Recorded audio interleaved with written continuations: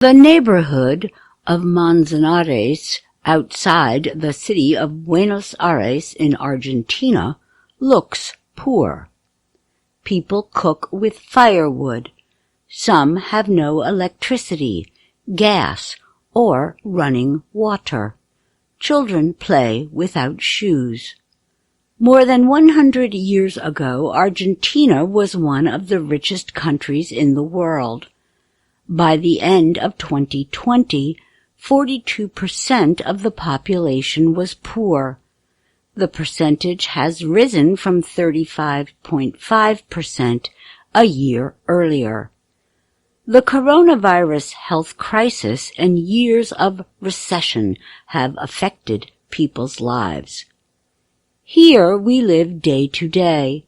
We do not know what will happen tomorrow, if we will make it or won't get to eat, said Ada Mariela Unache.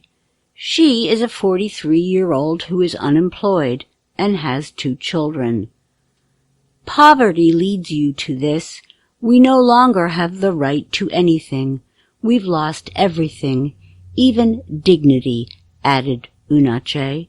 She now lives on charity. Argentina's economy has been crushed by years of economic crisis and high inflation that has destroyed people's savings and ability to spend money. Prices have increased every year. Before the pandemic, 8 million Argentines received food assistance. Now it is 10 million, in a population of about 45 million people. Minister of Social Development Daniel Arroyo told Reuters, "The price of food is Argentina's most critical problem.